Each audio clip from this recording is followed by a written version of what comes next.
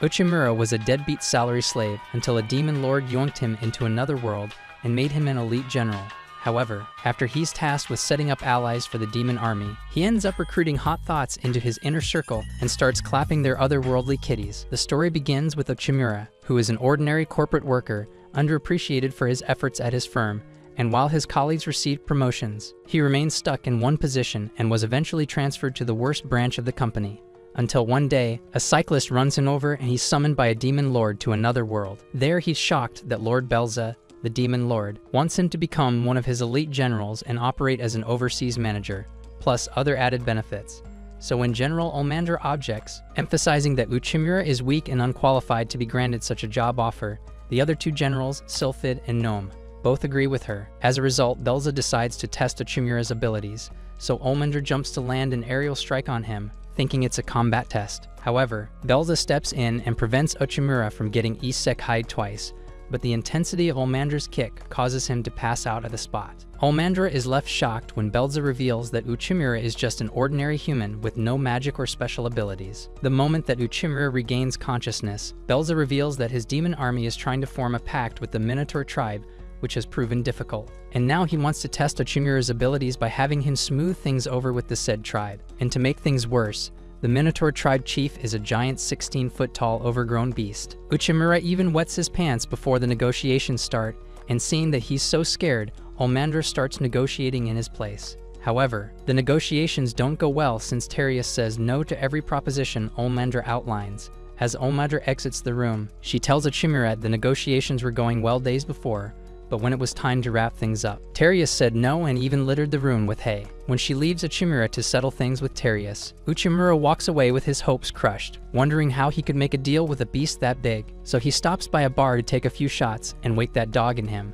While he's at it, he recalls that he's had a similar hot-headed client like Terius in his previous life, realizes how he closed that deal with the client, and decides to get to work immediately. On exiting the courtroom, she's shocked to see Uchimura in high spirits, preparing to negotiate with Terius, and she wonders what changed in him. So when she stops by the following day and doesn't find Terius in his room, she learns that Terius is currently making a deal with Belza, and it's going well. Olmander is stunned after she hears this, and when she asks Uchimura to spill his trick, he explains that he investigated why Terius rejected the deal before, and made him feel comfortable enough to change his mind. In the courtroom, Terius apologizes to Olmander for being rude and personally thanks Uchimura for understanding his challenges and convincing him to accept the deal. With that, Uchimura passes his test, and Lord Belza thanks him and officially welcomes him as one of his elite generals, giving him a royal bracelet to acknowledge his position. Seeing this, the once hard-headed Olmandra, who wanted to unilive him, decides to become friends because she's got a soft spot for men who can handle a big bull, so she's hoping to ride him too. The next morning, Uchimura struggles to believe that he's a high-ranking general in the demon army, not to mention his big office, massive salary, and an infinite supply of baby oil.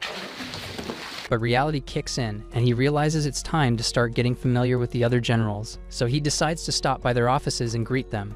The first stop is General Sylphid's office, where he's met by her assistant, Belinda, who tells him that her boss isn't around at the moment. Just as he heads to the next one, Olmander shows up with a new assignment from Lord Belza. This time, Uchimura is tasked with negotiating with the Ogre tribe and convincing them to join the demon army. Lord Belza emphasizes that he wants the Ogre tribe to join his force as their military strength rivals his, and he would like to cooperate with the demi-human tribes to build a stronger army. After hearing this, Olmander decides to tag along, and Uchimura suggests they stop to see General Known since she leads the demi-human forces and might have useful info about the Ogre tribe. For some reason, Olmander declines to follow him, so he finds Gnome on his own and asks about the Ogre tribe. Gnome explains that Ogier, the tribe's leader, is a difficult man and most people consider him a dictator. But before she can finish talking, she senses a murderous aura coming from behind Uchimura, and as it turns out, the two women don't like each other because demons and demi-humans don't exactly get along. That evening, when Uchimura and Olmandra go to negotiate with Chief Ogier, they're kept waiting outside the gate for way too long. But just before Olmandra decides to remind the guards why she's a general, the chief's daughter, Olulu, shows up and takes an in to see her father. Once they enter the courtroom, Ogier gives Uchimura the look, then turns to Olmandra and tells her to stop running her big mouth when no one has asked her to speak. He seizes her can and calls her worthless, casually claiming she's there to negotiate a surrender to his army. Olmandra, barely keeping her rage in check, is forced to listen as Ogier tells her to bring her father's head as the only way forward, But before she does something reckless, Uchimura holds her back and agrees to think about what Ogier said. Outside, Almendra burns with rage, but Uchimura tells her to calm down, insisting that Ogier is playing mind games. While he's thinking through their next move, Olulu shows up again and introduces herself properly as Ogier's daughter, then straight up begs Uchimura to take her father off the throne. She explains that the tribe used to be rich and had enough resources to control other tribes, but now they're struggling just to get food. Uchimura isn't shocked to hear that, since he already noticed how malnourished the guards looked, and he'd dealt with a similar situation in his old life.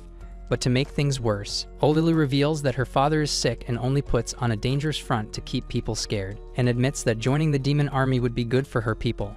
But before she can say more, Uchimura cuts her off and tells her she shouldn't be leaking sensitive information about her tribe to strangers. Yet she just smiles and says she knows the kind of person he is, then suddenly begs him to marry her and become the new chief. As Uchimura tries to process how they got here, Olulu pushes him into a corner to show him the advantages that come with marrying her. She tells him roses are red, violets are blue, let me have a seat and ride you to the moon. However, before they can develop plot, Almendra steps in, barely holding back her rage, and tells the thirsty hoe they'll think about it. Later, Uchimura stops by the bar to calm his nerves down, and while he's at it, he picks up something Almendra says and comes up with a way to change Ogier's mind. The following morning, Uchimura asks Almendra to join him on a trip, saying that by the time they're done, Chief Ogier will be the one begging for a deal. About a week later, they're summoned before Ogier because Uchimura went ahead to form a pact with all tribes surrounding the Ogre tribe, putting Ogier in a tough spot. As Ogier starts losing his mind, he's shocked to hear that Olulu helped carry out the negotiations, and when he asks why she did, she tells him the only way forward is to join the demon army, since times have changed and he has grown old and weak. On getting the reality check, Ogier considers an alliance with the demon army, and after a few days, Almendra reports that he's agreed to it. Meanwhile, Uchimura is struggling to find a suitable candidate to appoint as his underling, and as he considers picking Almendra, Olulu enters the room to finalize the deal with her tribe, and he ends up picking her instead, leaving Almendra swimming in jealousy. But despite that, Uchimura looks forward to serving Lord Belza and making sure that nothing goes wrong. The following morning, Olulu shows up at Uchimura's office and reports that she's been successful in negotiating with the Werebeard tribe. But Uchimura is a bit floored when he's told that he'll be given a Distinguished Service Award for facilitating the deal with the Ogre tribe. The truth is, he was never given an award before at his previous job, so he looks forward to this one. Right after Olulu leaves, Almendra enters the office with lunch, and it's Jim Portage, something Uchimura finds bland. So he silently mutters that he'd like some meat, and Almendra decides they'll go hunting themselves. In the woods, Almendra says there's been a consistent magical beast attack, and about 5 orcs who live around have been eaten alive. This takes Uchimura off guard, and he immediately regrets why he craved meat. But Almendra is not bothered by it. Right then, he realizes that the consistent attacks in the woods have caused food quality to go low and wonders what he can do about it. While he's thinking, Almendra shows him some edible mushrooms, explaining that the orcs were attacked while trying to get them. But before she can complete that line, a hellhog shows up ready to have them for lunch. As Uchimura screams for his life, Almendra tells his weak self to hide behind a tree while she'll stay back and engage the monster. At first, she lands a nasty aerial strike on the hellhog that almost takes it out, but the hellhog recovers and shoots multiple fast-moving rocks at her. Though she manages to dodge all of them and secure an opening, she barely inflicts enough damage on the hellhog. So she decides to strengthen her body with her magical abilities and delivers a nasty fatality that splits that hellhog in half, leaving Uchimura in deep shock. Around sunset, Almendra reports to a nearby orc village, and as the people thank her for defeating the hellhog, she suggests that they have it for dinner. When she's offered a part of the hellhog's leg, Uchimura can't stop himself from asking if she can cook, and she confidently says yes, only for her to burn the meat over her hot magical flames and call it spicy. She digs into the meat, because she likes it raw, but the moment Uchimura summons the courage to taste it, he wishes he were Istek Hyatt again. Ignoring Almendra's frustration, he sees an oven and asks one of the locals if he can cook with her spices instead. After the woman agrees, Uchimura goes on to cook a delicious meal, and when Almendra tastes his meat, she climaxes out of control and wishes to get more of it. Others enjoy the meal, and they're quite impressed when Uchimura gives them a lecture on how he cooked it. But Almendra doesn't think it's proper for an elite general to be teaching locals to cook. In his defense, Uchimura says one can tell how rich or poor a country is by what its people eat, and that food knowledge is just as important as sword skills. Almendra ends up agreeing and even admits the country is small and weak compared to others since there's barely enough to go around. So she decides she'll help change things, and Uchimura is in on it. That evening, as they prepare to leave, Uchimura nearly panics when he realizes they'll be walking back to the castle on foot, but calms down when Olmendra reassures him that her flames will repel any magical beast. She also reveals that magic is only accessible to demons, which makes Uchimura realize that General Gnome probably pushes her troops to train harder to make up for that disadvantage. Curious, he asks if General Sylphid is a demon or a demi-human, but Olmendra isn't sure since Sylphid never actually shows up to meetings in person. On the way back, Uchimura recalls the Hellhog fight and casually advises Olmendra to start carrying weapons to make battles easier. He even throws in a comment about her cooking, but he strikes a nerve when he tells her she should consider wearing protective gear instead of outfits that leave half her body exposed. Pissed, Olmendra turns off her flames and dips, after telling him to stay back with the orcs and return the next morning. Once she leaves, Uchimura thinks about going after her, but that thought gets flushed down the toilet when he hears a magical beast nearby. The following morning, when Uchimura appears before Lord Belza, he's asked why he didn't return with Olmendra, and the fool cries, narrating what happened last night. However, Lord Belza orders him to make things right with Olmendra, insisting that it's an opportunity for him to learn about this world. After the meeting, Uchimura wonders why Olmendra got so pissed, so he begins to investigate the disparities between demi-humans and demons. He notices that demons expose more skin and are far wilder, but when he looks through a book looking for answers, he realizes that demons consider a beautifully trained body as a source of pride, and that it's required to increase one's magic power and cast spells. Then it hits him that demons wear skimpy clothes to show off their magical power and pride, and the reason Olmendra is mad at him is because he told her to cover up. Meanwhile, Olulu sees Olmendra in a sad mood, and when she asks what's going on, Olulu tells her she thinks Uchimura hates her because he didn't compliment her body. Olulu tries to explain things to her, saying that Uchimura doesn't think it's cool to expose her body, but when Olmendra argues that she keeps her plots covered, Olulu says otherwise. Immediately, Olmendra crashes out and asks for advice on what to do, and Olulu tells her to be herself whenever she's around him. That evening, Uchimura stops at the bar to get a few shots, but then it hits him that he's never complimented Olmendra before, so he speeds off to make it up to her. Meanwhile, Olmendra finishes with Olulu and runs looking for Uchimura to settle things with him. When they finally meet, Uchimura says he's in love with her plots and would want to appreciate them until she climaxes out of control, while Olmendra tells him she's not an OnlyFans model and she only wants him to compliment her body. Realizing what they both said, they are shocked, but they manage to brush off the awkwardness and make up. However, when Uchimura casually suggests they become partners, giving Olmendra the wrong impression as she thinks he has feelings for her, and to make things worse, the next day, after Uchimura is awarded a magical stone for his accomplishments, he kneels and presents the stone to Olmendra, completely unaware that in this world, that's a full-on marriage proposal. A few days later, Uchimura is summoned before Lord Belza, and he immediately thinks he's done something to screw up, so before the Demon King can even speak, Uchimura begs for forgiveness, but Lord Belza tells him to work on his self-esteem, and after complimenting Uchimura's progress so far, he asks what he thinks about the relationship between demi-humans and demons. Uchimura says both species hate each other mostly because demons can use magic, which makes the demi-humans feel inferior. Lord Belza agrees with his theory, and then tasks Uchimura to figure out a way for all species to use magic, so demi-humans won't have a reason to feel inferior anymore. When Uchimura insists he can't use magic, Lord Belza hands him an unshaped magic stone and assigns him to General Sylphid, who specializes in magic research. After the meeting with Lord Belza, Uchimura returns to his office to read more about magic stones and learns that they can serve as a magic source. But when he asks Olulu for her take on the stone, she tells him the stone won't be enough to wield magic since skill is an important factor for casting spells. While thinking about what she said, he decides to overcome his fear and visit General Sylphid again. This time, when he goes knocking on her office, Belinda shows up at the door and tells him Sylphid is not on seat, but before Belinda can close the door, Uchimura blocks it, insisting on speaking with her in private.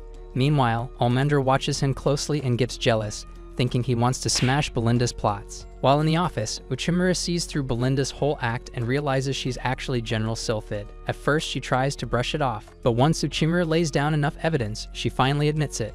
She explains that she hides her identity because if people knew who she was, they'd dump mountains of work on her. But before Uchimura can even bring up the magic stone, she shuts him down. Instead, she pulls out a magical item that already allows people to cast multiple spells and casually explains how it works.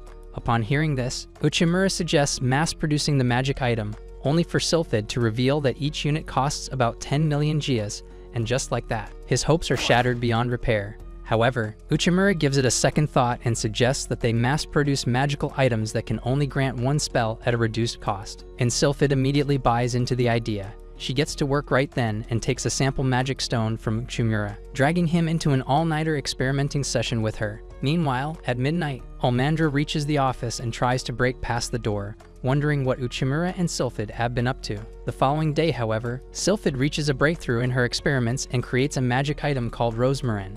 She decides to use Uchimura as her guinea pig, and when Uchimura asks for a break, she only gives him an hour, as he exits the office to take a nap. Almandra barges in and unknowingly knocks him out cold. Then Sylphid shows up and tells her to shut up if she wants to be loud. But as Almandra tries to make sense of everything, Olulu arrives with Lelam and tells her that a horde of footprint birds is attacking several towns, and Lord Belza has ordered their extermination. After hearing this, Almandra is dragged away to face the birds while Sylphid decides it's time to put the Rosmarin to test. A while later, Uchimura joins her in a field, where she plans to show him the basics of how to draw power from the Rosmarin and use it to perform magic. Before starting, Uchimura asks if she's run a safety check on the Rosmarin, but Sylphid flat out tells him he'll only lose an arm if things go south. Swallowing his fear, Uchimura grips the Rosmarin and somehow manages to draw enough magic to create a fireball, leaving him stunned and mildly impressed with himself. But before he can even celebrate, Sylphid tells him the actual test is surviving the horde of chickens on steroids charging straight at him. At first he handles himself well, frying a few birds with his flame attack, but just as he tries to finish them off, the Rosmarin cracks. Thankfully, Sylphid reacts at the last minute and saves the scared coward from getting isekai again, but she's a bit frustrated that the Rosmarin didn't hold out like she expected. At night, while Uchimura and Sylphid chill at the village they protected, Uchimura realizes that not all demi-humans are strong. Seeing them makes Sylphid recall when she decided to start making magic items. In the past, she was born to a family of elf merchants, but due to certain circumstances, she ended up leaving home. At that time, some demi-humans decided to help her while she wandered, but the moment she noticed that they were weak and living in poverty, she decided to start making magic items to help them instead. Presently, she reveals that she's gotten so caught up with work that she's forgotten why she started making magical items in the first place, but then reminds Uchimura that they need to make sure their research works. Since the footprint birds are bound to return the next day, Sylphid begins to question how they'll exterminate them without exhausting the Rosmarins. Immediately, Uchimura starts thinking fast, and when he hits a breakthrough, he asks Sylphid if she can make about 10 more Rosmarins before dawn, and she says yes. The following day, while the horde of footprint birds charges at the fields, Uchimura stands waiting for them, and the moment he activates the Rosmarins, they emit a sonic wave that repels the birds without consuming any amount of magic from the Rosmarins. The demi-humans from the village are pleased when they see that their fields are safe, and even Lord Belza is impressed when he receives the report about everything that happened. He compliments Sylphid for her efforts and instructs her to begin mass-producing Rosmarins and distribute them to the villages once they're completed. After the meeting, Sylphid personally thanks Uchimura for helping with her research and then hands him an enhanced fire-based Rosmarin as a token of appreciation. After she walks away, Uchimura heads to his office, but Almandra barges in to ask why he was with another woman, and when she sees him unconscious, she thinks Sylphid drained him dry and decides she'll avenge him. A few days later, Uchimura realizes that he needs to stop waiting for the Demon Lord's orders before fixing a problem, so he decides to go out of his way to find issues the country faces and solve them. One day, he goes out with Almandra to the liveliest marketplace in town, and on the way, Almandra is floored when he compliments her outfit and calls her cute. Earlier, she had confided in Olulu, asking what to wear since she was under the impression that she was going on a date with Uchimura. Initially, she wanted to wear a plot-revealing outfit so Uchimura would adore her, but Olulu reminded her that Uchimura doesn't fancy such things and advised her to wear something pretty instead. Now in the present, Almandra is happy she took the advice. However, that happiness gets flushed down the toilet when she realizes it's not a date, but just an outing to research the marketplace. Her aura shifts as Uchimura explains that he's investigating the market to get a better sense of what's needed to improve the demon army. At some point, they stop at a shop where the merchant warmly welcomes them and presents a great deal on goldware. Uchimura likes the offer and decides to buy a pair of gold cups in exchange for getting information from the merchant, while Almandra is stuck thinking he got the cups for their marriage. But her mood changes again when reality sets in, and she sees it's just business as usual with Uchimura. A few hours later, while Uchimura sits down to examine the results from his research, he realizes that although having multiple allies has improved the availability of tradable items, there's a growing food problem due to the rising population.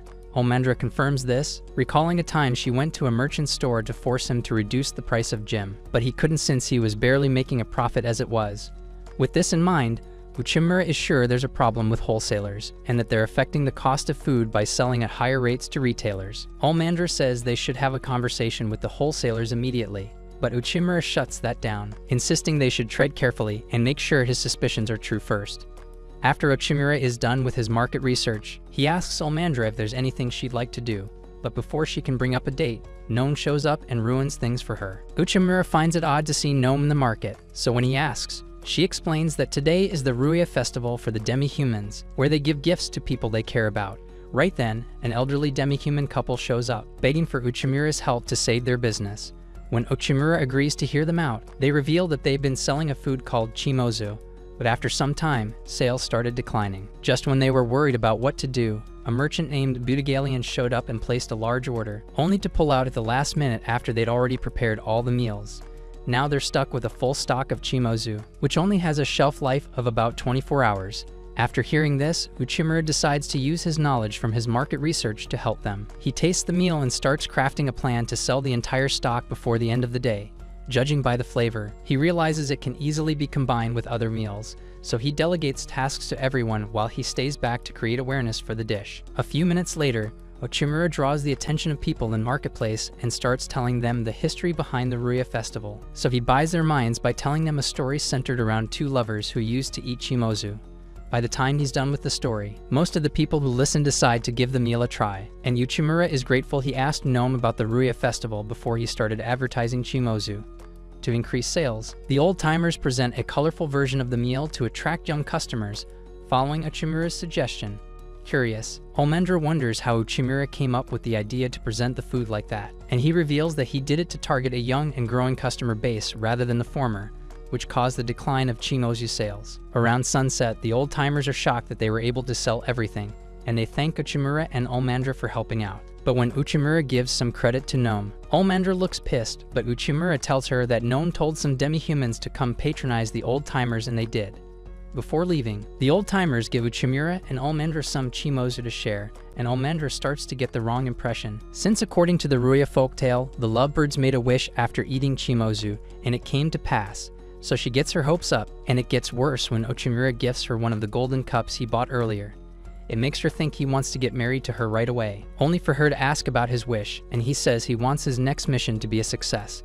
This time, she flares up as she can't take it anymore and straight up calls Uchimura a workaholic monster. Later, when Uchimura returns home, he reports to Lord Belza, saying that he's obtained a lot of useful information from his market research. But amongst them, the goldware he saw earlier is something he considers very important. He reveals that a merchant spoke of a neighboring nation that's rich in gold and suggests that they expand their trade business there to raise the demon army's power so they can solve the food shortage issue. Lord Belza buys into the idea immediately and suggests that rosmarins be used as a product of exchange between both countries, and although Uchimura feels skeptical about it, Lord Belza insists since he trusts that nothing will go wrong.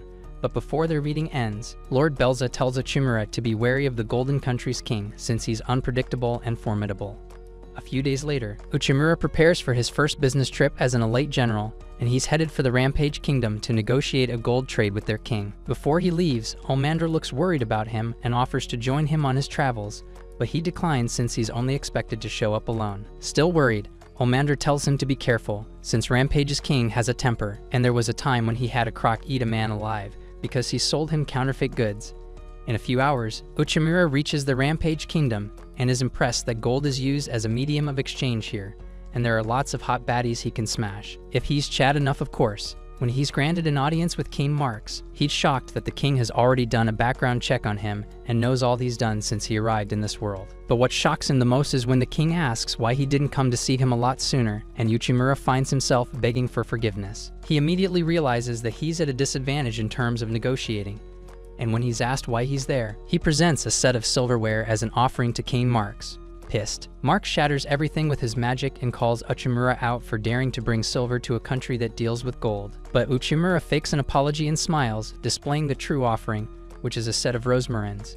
At first, Marks thinks that rosmarins are just low-grade magical stones, but he becomes interested when Uchimura tells him they can repel magical beasts. He uses the fact that the gold mines experience magical beast attacks whenever they're mining to gaslight Marx into considering the deal.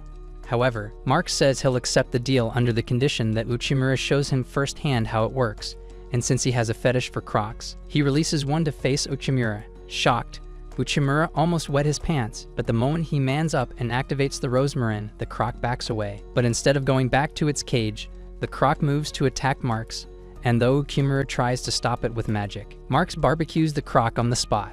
Thankfully, his single act of bravery towards the king earns him the deal, and he's presented with gold worth millions of geas in exchange for 200 sets of Rosmarins. When Uchimura says he'll deliver the Rosmarins in a month, Marx demands it in a week, and to show seriousness, offers more gold, leaving Uchimura shocked. When he returns to the demon army, Sylphid tells him it's impossible to meet such production demands, insisting that there's already a rise in domestic demand. On thinking deeply, Uchimura reminds Sylphid that priority should only be given to areas that are affected by magical beasts, so she's left with no choice but to meet the crazy demand. But just as she's about to start, a messenger from King Marx shows up, demanding more sets of Rosmarins since the results of the product were beyond what the king imagined. That evening, while Uchimura sits tired in his office, Olulu serves him tea and wonders how he managed to land a deal with so much profit. While Uchimura explains what he did to land the deal, a messenger from King Marx arrives again, asking for an extra 100 sets of Rosmarins, and Uchimura is forced to confide in Sylphid again, although they manage to send the first and second sets of Rosmarins. When it's time to send the last set, Olulu drops a bombshell that the orders have been cancelled. Shocked, he meets with King Marx's representative and learns that the king got a better offer for Rosmarins for half the price from a merchant in their kingdom. This sends a chill down Uchimura's spine, and he struggles to understand how the product can be duplicated in such a short time. When the news breaks out, the workers in the production line grow pissed since they are already losing money, and the issue affects others in the kingdom as food prices increase, forcing some people to consider doing business in another country. As this unfolds before Uchimura, he wonders if he did anything to offend King Marx, but he soon realizes that he'll need to take the blame for the mess and appears before Lord Belza to take responsibility for his actions. Before Lord Belza, Uchimura reveals that he misjudged the deal since he was carried away by profits and didn't take any preventive actions to reduce risks, which led to the losses. As he apologizes to Lord Belza, expecting a befitting punishment, the Demon Lord tells him no one is perfect, and what's important is what he does after he has failed. He also warns Uchimura not to turn a blind eye to his mistakes and urges him to learn from them and do better. After the meeting, Uchimura decides to apologize to the military leaders in person, and he bumps into General Gnome on the way. Immediately, he apologizes to her, but she's chill about everything and tells him they're cool before walking away. Then Uchimura stops by Sylphid's office to apologize, but she tells him to leave since she's reading. But while he walks away to apologize to the next person, he's kidnapped in a bag, and he fears that it's someone's revenge for all the damage caused by the deal.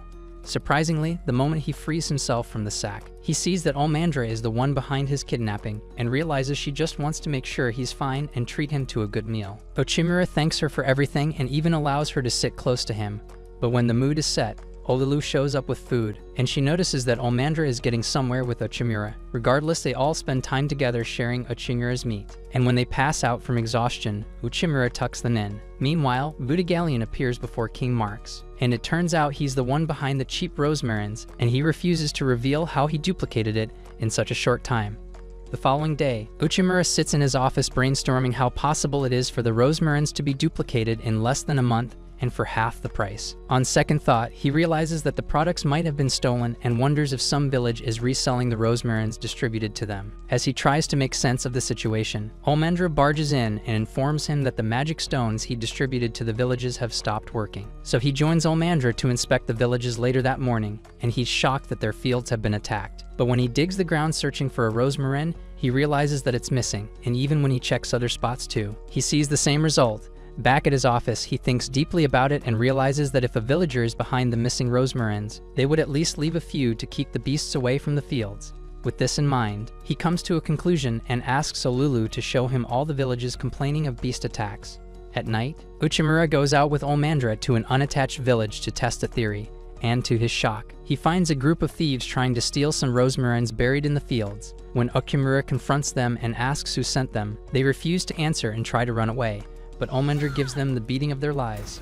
When they recover and try to run away, Olmandra decides to go after them, but Uchimura says she should let them go since things are going according to his plan. The following day, King Marks compliments Buttigieg for meeting his demands and supplying the rosmarins at a good rate. But Buttigieg playfully turns him down and says he's just a merchant doing his job. But deep down, he admits he does business to make profits by any means necessary. Apparently, he's a popular businessman known across countries as the Prophet and also as the Merchant of Death, who amassed wealth by buying goods at extremely low prices and selling them at high prices.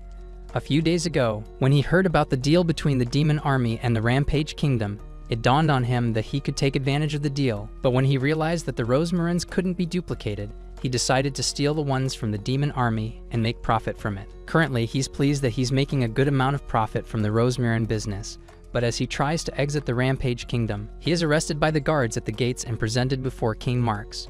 When Buttigieg asks what's going on, Marks reveals that the rosmarins he sold him are fake. Realizing he's cooked, Buttigieg tries to talk his way out of getting skinned alive, and he begins to wonder if he got played or not. Right then, Uchimura walks into the room, and his presence sends a chill down Buttigieg's spine. Seeing that he's involved in the case, when allowed to speak, Uchimura goes straight to the point and reveals that there have been many cases of rosmarin theft back in the demon army, so he came up with a dummy device which looks exactly like the rosmarins to solve the theft issue. Apparently, he confided in Sylphid the previous night and begged her to make the dummy device, and although it seemed hard to produce, she agreed to do it. So after she was done, Uchimura made sure that the dummy devices were buried in areas where Buttigieg's goons hadn't tampered with. Now, in the present, he questions Buttigieg why he has the dummy device with him, and Buttigieg, fearing that he's been busted, tries to beg his way out of the situation, promising King Marks his net worth if he can just spare his life. Despite his pleas, King Marks condemns him to die and restrains him with a lightning barrier so the croc can eat him alive. But before Buttigieg can get torn to pieces, Uchimura steps in and attacks the croc with fire magic, leaving King Marks and Buttigieg completely shocked. Pissed, Marks asks Uchimura why he would dare interfere with his judgment on Buttigieg, but Uchimura summons S-ranked courage and says he only interfered with the croc and insists on voicing out his concerns to him. Right then, King Marks summons lightning, ready to wipe them out, but before he does, he asks Uchimura to explain why he put his life on the line for someone as devious as Buttigieg. Uchimura flat out tells him that the kingdom will perish if he unilates Buttigieg because he's the only merchant who deals with orange powder. He believes so because the product allows the gold from the mines to be extracted in its purest form, and the country heavily relies on orange powder imports from a country called Toki, which only does business with Buttigieg. He also adds that Buttigieg provided food and supplies to countries devastated by war, and many nations felt indebted to him and allowed him exclusive access to some of their rare resources. Buttigieg is shocked after Uchimura defends him, and even King Marks changes his mind about unilating them both. But one thing that bothers him is why Uchimura stood up for Buttigieg. However, Uchimura says he doesn't understand the question and asks if it's really unnatural to help someone in need, causing King Marks to burst out in laughter. When he gets tired of Uchimura's bees, he retires to his chambers for a nap, while Uchimura and Buttigieg are kicked out of the courtroom. On the way out, Buttigieg wonders what kind of S-rank stacks Uchimura has to stand up to the king like that, only to find out Uchimura was pretending not to be scared the whole time. While he helps Uchimura out, Olulu arrives with Buttigieg's kids, who are happy to see that their father is alive. Turns out Uchimura knew about them since they were adopted by Buttigieg during the war, and he raised them himself. This act of kindness makes Buttigieg consider changing the way he does business, and he's even entrusted to help supply rosmarins. But before heading off, he tells Uchimura that there seems to be some disturbing movement with the guild in the Demon Lord's territory. A few days later, Uchimura appears before Lord Belza, who tells him that the price of gem is on the rise, and after listening to Uchimura's reports, realizes that his people are starving, so when he tells Uchimura to solve the problem at once, Uchimura recalls what Buttigieg told him about a movement in the guild within the kingdom, and figures they're the ones behind the price hike. Although Olmender suspects the same and wants to help, Lord Belza assigns her to head north for another mission. After Uchimura exits the courtroom, he requests an audience with the guild master, Viper Lord Pent, and prepares to meet him the next morning. But on his way out of the office, Sylphid asks to tag along, and when he asks why, she explains that a certain clan of elves occupies most of the guild officer positions, and having an elf like her with jiggity plots like that on his side will make things easier. From the moment they arrive at the guild, they're forced to wait for hours, and just when Sylphid's about to lose her patience, Viper casually walks out and apologizes for the wait, claiming he forgot they were even there. However, Sylphid doesn't buy his excuse for a second, and when she calls him out on his biz, it's revealed that they know each other, and it turns out that they're siblings who can't stand one another. After things settle, Uchimura introduces himself to Viper and says he intends to buy Jim, but Viper tells him he only has a small amount in stock and will only sell it if Uchimura grovels for it. Without hesitation, Uchimura gets on his knees and begs to buy, but Viper laughs at his foolishness and tells him to stand up, claiming it was just a joke. Despite everything, he slaps a price tag of 50,000 J's on a single bag of Jim, and Uchimura backs off immediately since it's way too expensive. After the meeting, Sylphid straight up says she wants to burn the entire guild to the ground with her brother inside, so he can die a sorrowful death. But Uchimura manages to calm her down. When he mentions how shocking it is that she and Viper are siblings, Sylphid reminds him that she was born into an elven merchant clan called the Lord Pent family, and since they had difficulty procreating, they began breeding with demi-humans over generations. However, the children born from these unions often inherit traits of the other species, and some even develop obsessive desires for fame or fortune.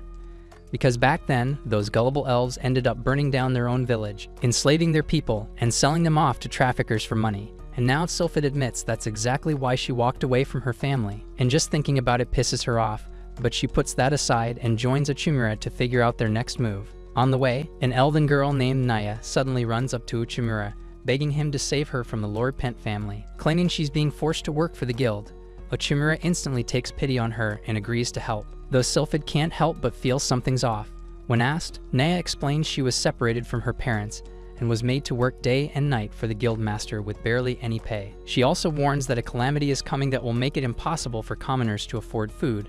But on hearing this, Uchimura suspects Viper is hoarding Jim to sell at high prices later, and when Naya confirms it, Uchimura figures that most of the guild staff must have been bribed or bought off by Viper. When he mentions needing hard evidence to bring Viper down, Sylphid casually suggests just unaliving the guy instead, but Uchimura insists on beating him fair and square, so the next morning, however, he heads back to the guild and requests its financial records, hoping to dig up loopholes in Viper's spending that prove he's been hoarding Jim all along. But despite the surprise audit, Viper isn't even fazed. Instead, he casually gives Uchimura free access to the warehouse, only for Uchimura to walk in and find absolutely nothing. As he stands there trying to believe his own eyes, it hits him that Viper must have cleared out the gym at the last minute, and his suspicions are confirmed when he notices skid marks on the floor. Meanwhile, Viper just laughs in the background, making Uchimura wonder if the guy somehow knew about the audit beforehand, and he also starts thinking about where Viper could have stashed that much Jim in such a short time. When Uchimura directly asks about it, Viper plays it off, claiming he had a last-minute order, and then mocks Uchimura, saying all his planning went straight down the drain. After taking the L, Uchimura returns to his office, stuck trying to figure out what went wrong since there was no trace of Jim in the guild, and the financial records were clean. And while Sylphid gives it a second thought and suggests that maybe it wasn't the guild itself moving the Jim, but the Lord Pent family, Uchimura thinks about that angle, and it makes perfect sense because private trades like that wouldn't appear in the guild's official ledgers. But when he reveals that he can't go after them with anything to back it up, Sylphid brings up another issue, questioning how the guild reacted so fast when no one was supposed to know about the audit. And now she's convinced that someone tipped them off, and from the way it looks, she is sure that Naya ratted them out. In the meantime, Naya appears before Viper, who compliments her for tipping him off about the audit, but when she asks where he moved the gym, he threatens to cut her tongue.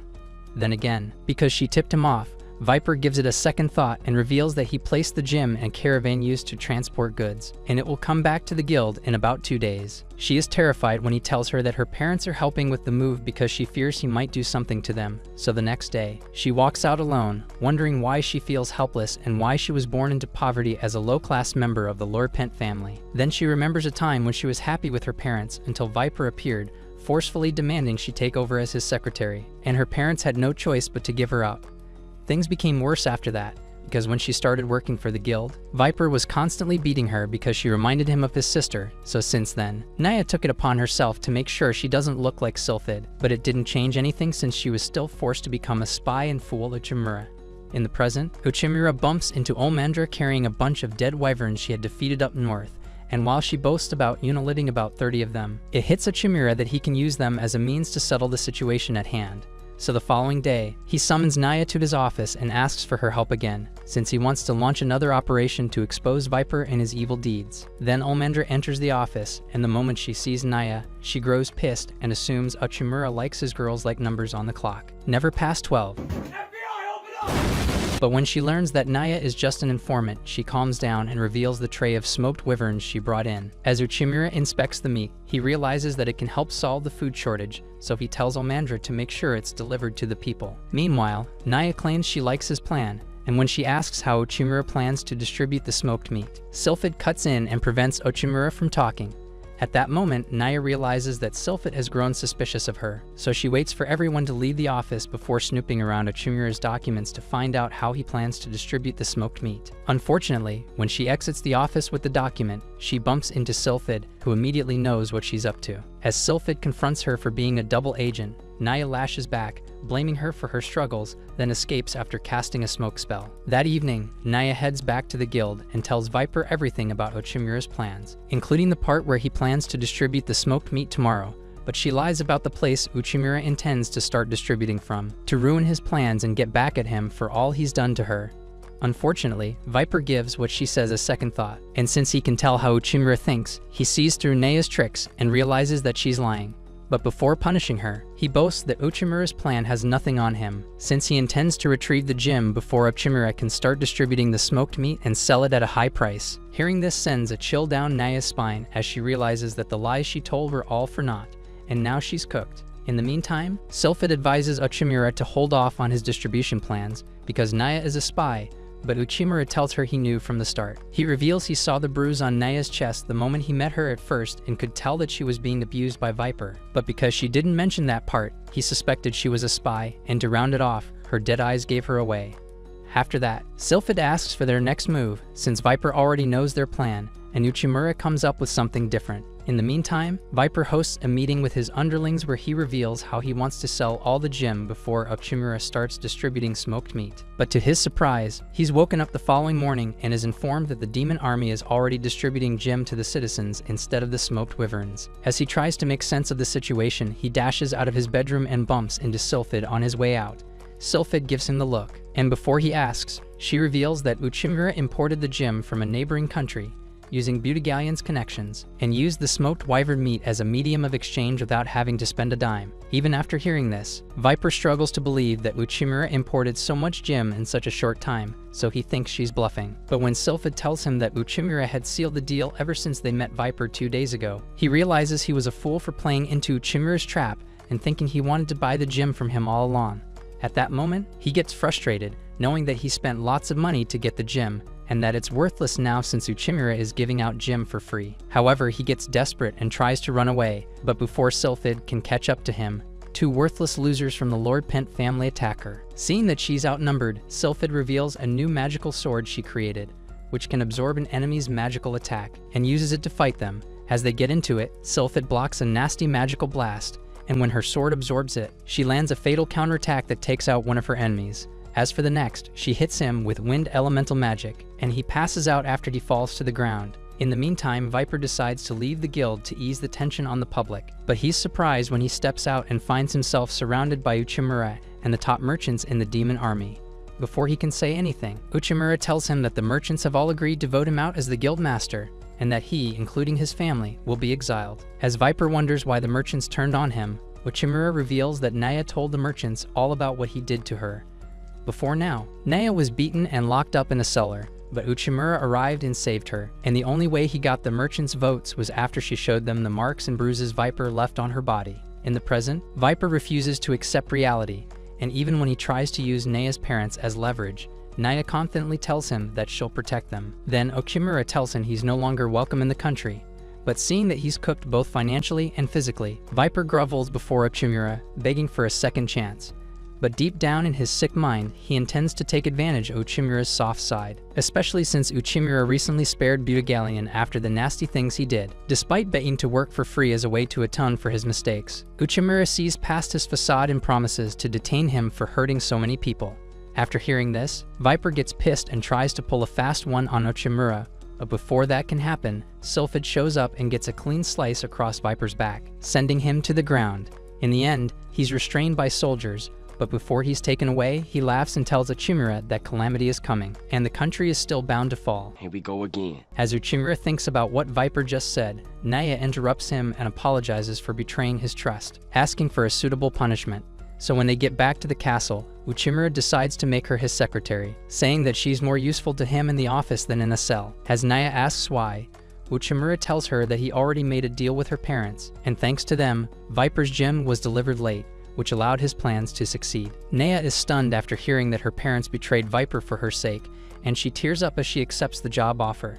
A few minutes later, Uchimura is summoned by Lord Belza, and it turns out that the calamity Viper talked about is about to hit the country. The following morning, while Uchimura travels toward the country's fortress, he asks Almandra about the calamity everyone's been talking about, so she reminds him of the incident that occurred up north involving a large group of wyverns.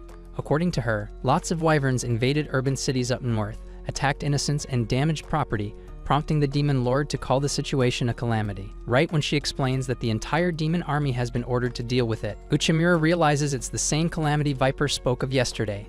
Almandra confirms it, saying they're just like natural disasters, only that they manifest as beasts or monsters. She admits it's her first time experiencing one, and from what she's heard, an entire country once got wiped out because of a calamity, which is why all elite generals have been given special orders. Sylphid was ordered to investigate the disaster, while Almandra, Uchimura, and Nome was been tasked with preventing and intercepting the wyvern invasion. In a short while, they reach the demon fort, which is the largest fortress of the demon army, made up of 3 citadels built to repel wyvern invasions. But despite the presence of all 3, Olulu reports that the wyverns are only concentrating their attacks on one, which is the very one they're currently in. Upon entering the place, they meet Nome, who welcomes Uchimura and showers him with compliments for helping solve the food crisis. But before she can finish, Almandra steps in, thinking she's making a move on Uchimura, and tells her to back off. Just before they get into it, the emergency bell goes off, signaling an imminent wyvern attack, and Nome looks worried, since her soldiers only just finished dealing with a wave of wyverns. Right then, she heads outside to assess the situation, while the demi-human and demon soldiers mount the walls to stop the wyverns from invading the country. Once the wyverns reach a certain distance from the fortress, the demi-human soldiers begin firing arrows at them. Seeing the commotion, Almandra decides to take matters into her own hands and charges at the wyverns with brute force, and while she's at it, she takes down 2 of them without breaking a sweat. However, another wyvern flies straight toward her men, but Nome shows up out of nowhere and slices its head off, stealing all the aura Almandra had farmed. She then orders her men to avoid close combat with the wyverns and only aim for their eyes, while Almandra instructs her squad to lure the wyverns in and finish them off with magic. Although they manage to wipe out this wave of wyverns, the demi-humans hold a grudge against the demon soldiers, and Uchimura notices it. Outside, he sees Nome and wonders why she's not joining the others to eat, but since she's more focused on the war with the wyverns, she asks Uchimura to share what he thinks of the battle. First, Uchimura predicts that the fortress will fall in a few days if things continue the way they are, not because of the enemy assault, but because of the infighting between the demons and demi-humans. According to him, the reason for the tension is due to their different fighting strategies, the fact that demons consume more food, and the cultural differences between both factions. After hearing this, Nome admits she's noticed the same thing too, but gets straight to the point and asks Uchimura for a solution. But before answering, Uchimura asks for a map of the fortress, and when he sees it, he spots an abandoned village behind the fort and realizes it could be key to his plan. So Nome joins him to inspect the area, and after seeing the many unused buildings, she begins to see the potential in what he's suggesting. However, one issue remains because a split command system will only lead to confusion between both sides. Recognizing this, Uchimura voices his concern, but Nome cuts in and flat out tells him that she knows the right person for the job. So the following morning, she gathers all the soldiers in one place, and when Almandra asks what's up, she presents Uchimura as a hero who will lead them to victory. The moment Uchimura ascends the podium, the soldiers are shocked to see him since they heard rumors that he's the strongest of the 4 generals. So when Uchimura strikes the Irwin pose and raises his hands, the soldiers cheer loudly with high morale, and Uchimura almost collapses from stage fright. Apparently, the night before, Nome had told him he was the only one fit to lead the army, especially since he was neither demon nor demi-human. But when Uchimura admitted he had no idea how to rally the troops, Nome handed him a special coat to boost his confidence and make him look like a proper elite general. Back in the present, once the cheering dies down, Uchimura musters the courage to deliver a heartfelt speech, urging the soldiers to set aside their differences and focus on the bigger threat. So when the next wave of wyverns shows up to attack the fortress, the demi-humans mount the walls and lure them in. And as this happens, the emergency bell goes off, signaling the demons to storm out from the abandoned buildings and ambush the enemy, Olmandra leads the assault, and thanks to the coordinated attack from both factions, the wyverns are defeated with 0 casualties. So around sunset, Olmandra decides to take off her plot armor and take a dip in the river, thinking of how to reward Uchimura for his brilliant plan to defeat the wyverns. But when Olulu and Naya inform her that Uchimura is with Gnome in the abandoned village, she hurries off to find them, only to stop midway after realizing she's dripping wet. That evening, as Uchimura discusses a plan to optimize their supply usage, Gnome finds herself falling in love with more than just his ideas. But just as the mood shifts and she leans in to steal a kiss, Olmandra bursts in and ruins the moment. Surprisingly, she lets Gnome off the hook for once and instead announces that they'll begin sending the soldiers back to base, starting with the women. Before heading out, she thanks Uchimura for his earlier speech, revealing that it moved her deeply, and she wouldn't mind if other of his things moved into her as well. Olulu arrives with food, and the group settles down to eat. Meanwhile, Uchimura is still worried about Calamity, so she spends the whole night trying to find out why the wyvern attacks were all concentrated in a single location. Unfortunately, that evening, he receives news of a surprising wyvern attack on the other 2 fortresses, including the fact that many wyverns have invaded the country, and Olmandra is the only one fighting all of them. Immediately, Uchimura enters a chariot headed for the Demon Lord's castle, and on the way, he sees Olmandra facing off against a pack of wyverns. Though she defeats most of them in her base form, she pushes herself beyond her limits and collapses after taking out the last one, and that's when Uchimura arrives, begging her to stay alive. A few hours later, he checks up on her at the infirmary, and is relieved when Naya tells him that she'll recover soon. However, he tears up when Olmandra gradually regains consciousness, and he thanks her for defending the demon castle from the wyverns. Fearing that time isn't on his side, he evaluates the information he got from Sylphid regarding the wyvern attacks and learns that the tribes allied with the demon army were attacked as well. Even Olulu reveals that some of her friends from the ogre tribe were abducted, so Uchimura sends her back home to tend to her people. Before she leaves, she seems worried about Uchimura since they're not done investigating the reason behind the wyverns' attacks. But Uchimura assures her to leave things to him, promising he'll handle it. So when she leaves that night, he takes it upon himself to burn the midnight candle, flipping through documents and research materials to find anything that might help him solve the case. But despite his determination, sleep catches up to him, and when he tries to resist, the Demon Lord appears in his elusive imagination and orders him to sleep. Shocked, Uchimura argues that he needs to figure out the reason behind the wyvern's attacks fast, but the Demon Lord tells him he can't do anything while he's sleep-deprived. Realizing that he's right, Uchimura finally yields to sleep. So when he wakes up the following morning, he feels refreshed and confident that he'll solve the case and come up with a plan to stop the attacks. After sweeping through all his documents, he heads straight to the fortress and meets Gnome, revealing that he's finally come up with a breakthrough plan. So later that day, he assembles all the soldiers and briefs them on his plan to stop the wyverns for good. Before now, he told Gnome he figured out the logic behind the wyverns' movements and proved this by revealing that wyverns have a fetish for women. According to his report, the other 2 fortresses that were attacked the previous day had a high number of female soldiers compared to men, and the current fortress wasn't attacked because the women had already left. He's also sure of his theory because the wyverns attacked Olmandra yesterday, and most of the victims abducted were women with high magical power. After Gnome hears this, she realizes that certain animals also tend to target female prey, but then asks Uchimura what he plans to do about the wyverns. In response, Uchimura tells his men to take advantage of the wyverns' obsession with women and lays out a plan that female demons will be used as bait to lure the wyverns in, so that the male demons and other soldiers can ambush and finish them off in one strike. Although the plan is solid, morale drops the moment the soldiers hear that some of them will be used as bait, and it gets worse when they realize they're cooked if the plan fails. Noticing their attitude, Uchimura steps up and admits that he's just a mere human with no special powers. He tells them he knows they're hoping some hero will come to save them, but flat out says no hero is coming, and then delivers a raw, heartfelt speech, urging them to take matters into their hands and fight for the people and places they want to protect, insisting that losing isn't an option. Inside, Gnome compliments him for delivering such a speech, only to discover he was just pretending to be confident. The truth is, he's terrified the plan might fail and that innocent lives could be lost because of him, but Gnome shuts that down and pulls him into a hug to calm his nerves. After letting him rest on her flat plots for like 2 seconds, she backs away and tells him to man up, reminding him that he's an important part of the demon army.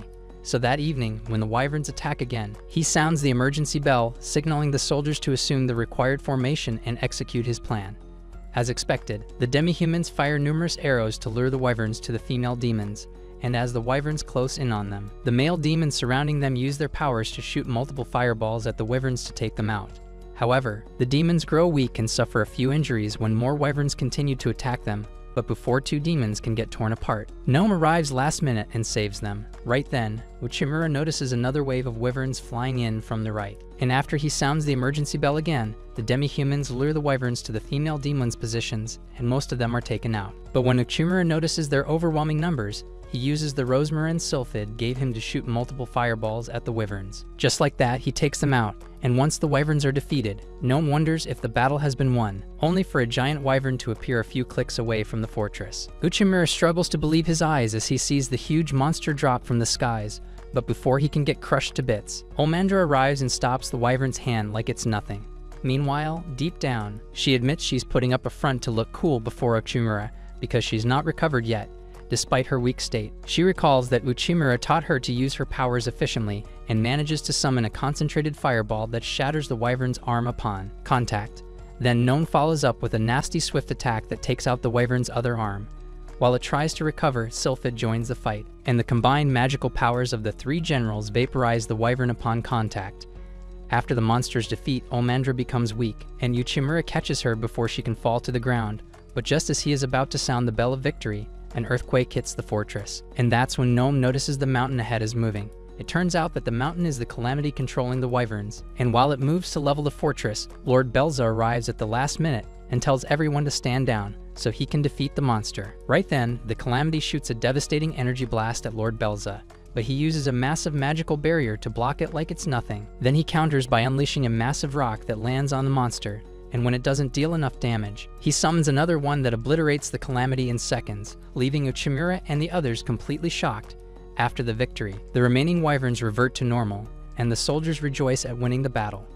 Days after the incident, the Demon Lord assembles all his generals and gives them magic stones to recognize their contribution in winning the war. But when it gets to Uchimura's turn, the Demon Lord delays a bit and tells him he has something he'd like to discuss with him in private. As Uchimura wonders what might be going on, he is shocked when he appears before the Demon King, who asks him to become king. The offer takes Uchimura by surprise, especially since he's still blending in as an elite general. However, when the Demon Lord insists that he become the king of the new era, Uchimura says it's impossible, and even after the Demon Lord reminds him that he's talented and his actions so far prove him worthy, Uchimura thinks twice about accepting the offer, leaving the Demon Lord to question what might be holding him back. As Uchimura tries to answer the question, he becomes speechless and begs the Demon Lord to give him some time to think. So when he gets to his office, he wonders what's holding him back and begins to recall a time in the past when he worked for his previous company.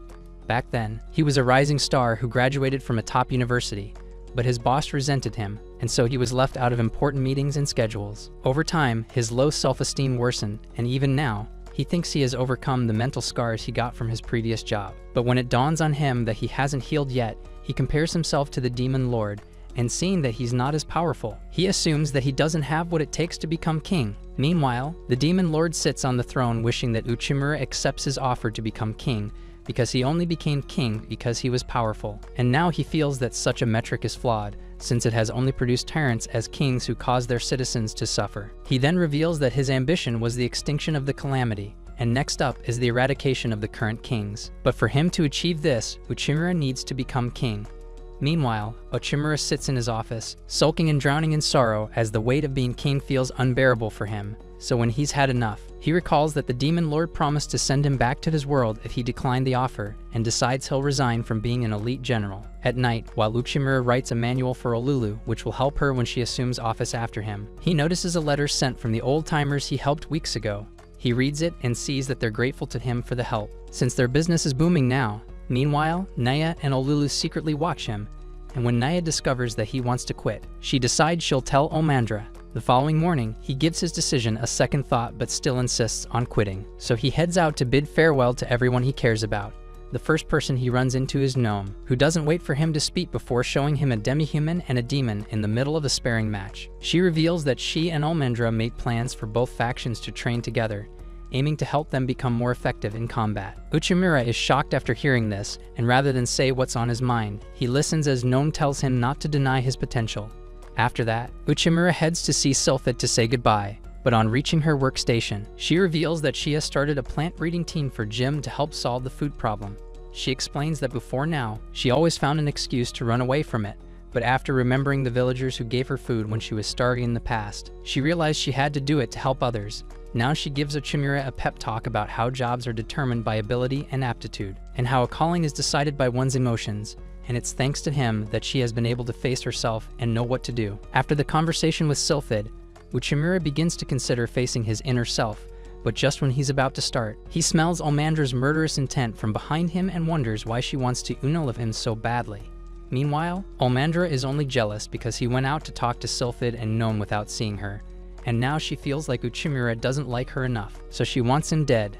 But she drops the act when Okimura tells her he was going to come see her too. After Okimura tells her about the Demon Lord's offer and how he feels about it, she smiles and tells him it's okay to show his weakness every once in a while, because the most important thing is that she'll remain by his side, and give him moral support by day and oral support at night. Hearing these words pushes Ochimura to tears, and as he begins to remember all the good advice Gnome and the others gave him, he breaks free from his mental shackles and becomes a new person. So after that, he appears before the Demon Lord and tells him that he wants to seek a new way of becoming king, which is the kind who doesn't use power to stand on top. After hearing this, the Demon Lord acknowledges him and looks forward to seeing him rise to the top, just like he wanted. That brings us to the end of today's video. If you watched up to this point, let's confuse the fake anime watchers by commenting on who is more giggity between Sylphid and Olmandra. Don't forget to like and subscribe, and check out this next video, it might just be your favorite anime recapped.